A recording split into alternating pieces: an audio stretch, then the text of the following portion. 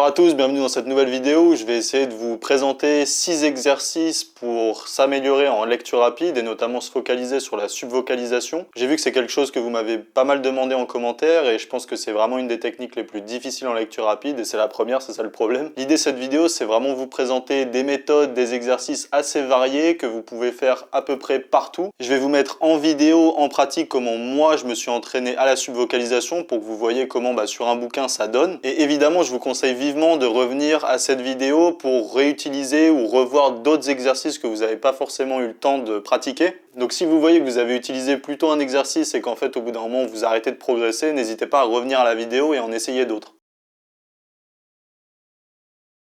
J'ai voulu aborder cet exercice avec un ouvrage de Edgar Morin qui s'appelle Introduction à la pensée complexe, que je vous recommande fortement. Il est tout petit, donc en lecture rapide ça vous durera une vingtaine de minutes certainement. Pour suivre cet exercice, je vous conseille d'aller voir ma vidéo sur la lecture guidée. Je vous mets le lien juste en haut à droite de votre écran. Et ce que je vais essayer de vous montrer, c'est précisément que le rythme de votre lecture guidée va conditionner la possibilité pour vous de subvocaliser ou non. Et justement, ce qu'on va vouloir faire, c'est advenir à un rythme qui vous empêchera tout bonnement de subvocaliser. Bon, on va commencer avec les avant-propos de l'ouvrage. Je vais commencer avec un rythme de lecture guidée qui va justement être un peu trop lent et qui va justement pousser mon cerveau à subvocaliser. Par exemple, si je commence à cette quatrième ligne, eh bien vous allez voir que je peux subvocaliser certains mots. Par exemple, le mot de complexité, lui, ne peut qu'exprimer notre embarras, notre confusion, notre incapacité, etc., etc.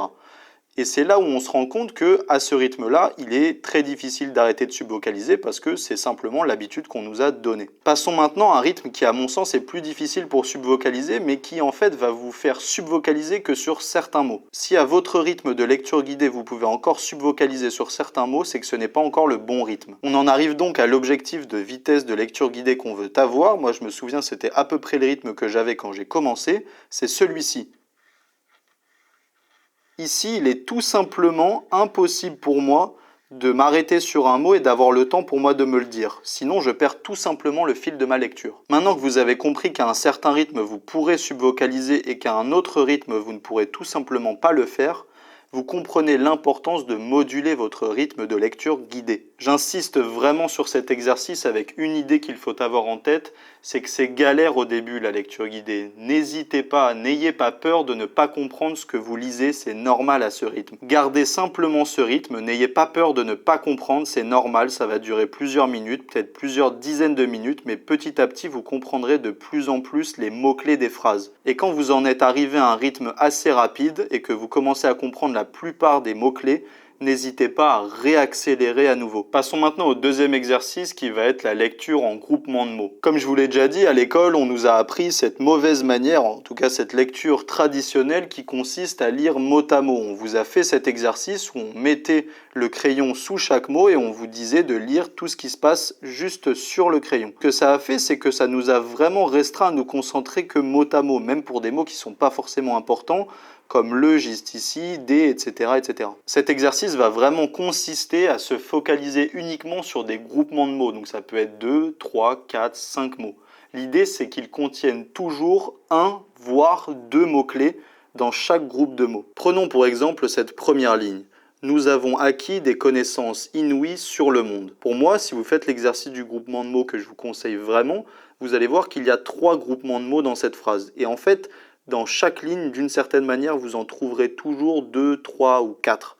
Et ce qui va faciliter l'exercice, c'est que sur chaque ligne, du coup, vous allez pouvoir subdiviser d'une certaine manière chaque ligne en 3, 4 ou 2 sous-parties. Vous voyez directement que dans chacun de mes groupements de mots, il y a un mot-clé. Et c'est vraiment ça qui nous intéresse en lecture rapide. Dans le premier, ça va être le terme « acquis ». Dans le deuxième, ça va être connaissance et dans le troisième, le terme monde. L'exercice du groupement de mots va être vraiment de faire un espèce de jet de regard, une photographie très rapide de chaque groupement de mots. Donc on ne va pas lire ça comme une continuité, mais on va vraiment jeter un regard sur cette partie-là, puis cette partie-là, puis cette partie-là, pour en essayer de capter le sens à travers le mot-clé qui nous intéresse. Et vous commencez à comprendre l'idée. Chaque ligne va être une espèce de subdivision en 3 parties sur laquelle on va essayer de jeter des regards très succincts. Oubliez la lecture toute linéaire.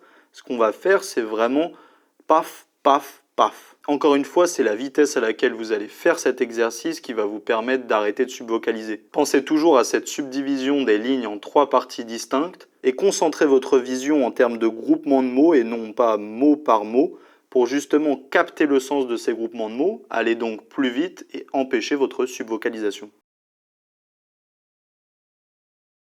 Bon, je vous conseille cette application, évidemment il y en a d'autres et vous vous doutez bien que c'est pas de la pub parce que j'ai 120 abonnés donc j'aurai une commission beaucoup trop faible. Le gros avantage d'Outread, c'est que vous allez pouvoir utiliser cette application sur votre ordinateur et sur votre iPad et ça en fait quelque chose de très accessible et sur lequel vous pourrez vous entraîner assez souvent. Donc l'application se subdivise en 4 différentes pages avec une partie librairie où vous pouvez importer ou faire des copier-coller de texte sur lequel vous pourrez vous entraîner en lecture rapide. La deuxième et troisième partie sont 2 parties pour lesquelles on a accès si on paye. Moi, je n'avais pas payé, mais en gros, vous avez des e-books si vous voulez vous abonner et vous aurez accès aussi à des exercices qui sont en vrai extrêmement utiles pour la mémoire et même la lecture rapide de manière générale. Et une quatrième partie auquel vous aurez accès qui s'appelle statistiques et qui vous donne un petit peu votre évolution de vitesse en lecture rapide sur la partie librairie avec vos copier-coller, etc. Bon, moi je vais vraiment me concentrer sur la partie lecture rapide de Outread. Vous pouvez voir que juste ici j'ai fait un import, enfin juste un copier-coller d'une fable de La Fontaine. Ce qui est très intéressant, c'est que vous allez pouvoir tout simplement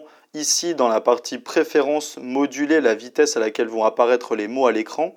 Et vous allez aussi pouvoir comprendre ou en tout cas choisir le nombre de caractères qui vont apparaître et qui en gros vont donner un groupement de mots dans ce qui va apparaître à l'écran. Donc par exemple, ici, si je me fixe à 350 mots et 30 caractères, ce que vous allez pouvoir voir quand je vais lancer juste ici, c'est que la fable de La Fontaine va se lancer et vous allez avoir des groupements de mots qui vont apparaître à la chaîne. C'est là tout l'intérêt à mon sens d'Outread, c'est que vous pouvez moduler votre vitesse de lecture rapide et en même temps moduler la taille de vos groupements de mots, donc vous pouvez voir votre progression et vous faire progresser vous-même tout seul. C'est vrai que la version gratuite vous bloque à 500 mots par minute, mais je vous rassure, si vous arrivez à 500 mots par minute, vous aurez déjà fait des progrès colossaux.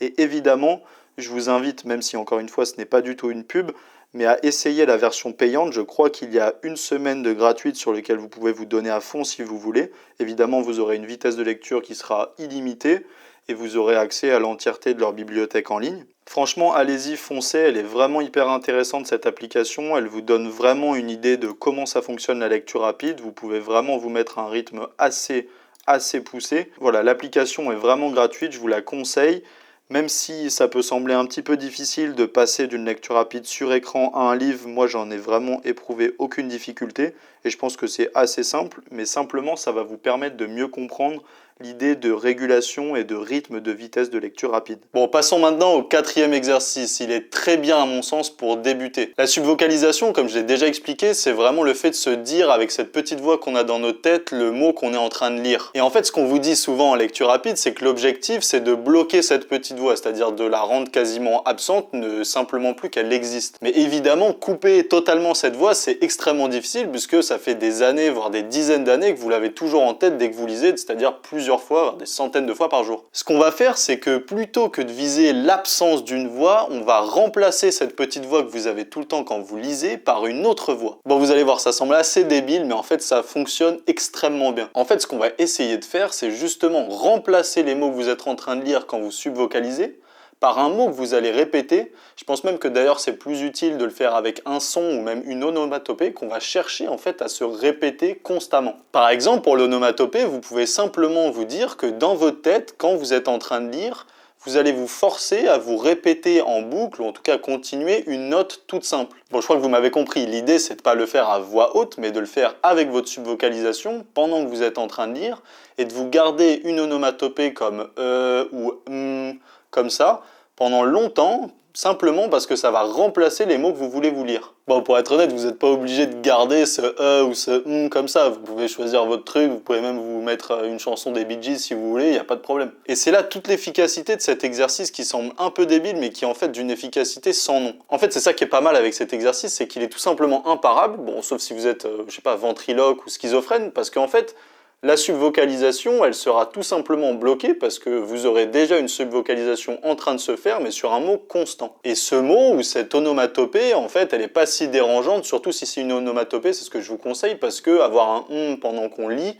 c'est pas non plus quelque chose qui nous dérange énormément. Essayez, vous allez voir, c'est vraiment radical. Bon, passons maintenant au 5e exercice, que j'ai déjà abordé dans une précédente vidéo, d'ailleurs je vous mets le lien juste ici. L'idée de cet exercice, c'est vraiment de se concentrer sur la régularité de votre entraînement qui est vraiment fondamentale dans l'apprentissage de la lecture rapide. Bon, le petit nom que je lui ai donné, c'est le coup d'œil rapide. En gros, c'est dans la rue, quand vous êtes au musée, au cinéma, que vous baladez, en tout cas n'importe où vous voyez des groupes de mots. La pratique de cet exercice, c'est réellement de se trouver un groupe de mots de 2, 3, 4, 5 mots, disons, et de lui jeter très furtivement, très rapidement, un regard très bref, un regard si bref qu'en fait, il sera tout simplement impossible de subvocaliser, vous n'aurez pas le temps, et en fait de trouver le sens de ce groupe de mots, ou en tout cas de capter les mots-clés principaux de ce groupe de mots. Je vous avais fait l'exercice avec une rame de métro et le nom d'une station, mais en fait vous pouvez le faire devant un cinéma, vous pouvez le faire au musée quand il y a la présentation d'un peintre. Enfin bref, vous m'avez compris, vous pouvez le faire littéralement partout puisqu'il est écrit des choses par groupement de mots à peu près partout sur la planète. La force de cet exercice, c'est qu'il insiste sur la répétition et la régularité. Si par exemple vous n'avez pas le temps de faire les autres exercices que je vous donne dans cette vidéo, celui-là vous avez tout simplement pas d'excuse parce que vous pouvez le faire quand vous allez au taf ou à l'école. Avec ces exercices, créez-vous vraiment une nouvelle habitude de lecture, une nouvelle habitude dans laquelle la subvocalisation a une place beaucoup moins importante qu'avant. Passons maintenant au 6e exercice. Vous avez pu voir que dans mes vidéos, j'insiste plutôt sur la notion de maîtrise de subvocalisation plutôt que forcément son arrêt total. Cet exercice, j'ai vraiment hésité à vous le donner, mais je me suis dit que ça ne pouvait que vous aider. C'est simplement à vous de bien l'utiliser. J'ai hésité à vous le donner tout simplement parce que cet exercice, il peut vous faire penser que la subvocalisation n'est pas si importante que ça. Même si c'est vrai que d'une certaine manière, elle n'est pas une condition nécessaire à la lecture rapide, en fait, elle sera extrêmement utile à savoir maîtriser plus tard quand vous saurez faire de la lecture rapide. En fait, cet exercice, il est tout simple. On veut accepter la subvocalisation d'une certaine manière, mais simplement accélérer son rythme. De temps en temps, évidemment, quand je fais de la lecture rapide, et je pense que c'est le cas pour toutes les personnes qui en font, et des fois, la subvocalisation, elle revient. Mais la différence entre une bonne subvocalisation et une mauvaise subvocalisation, c'est que la mienne,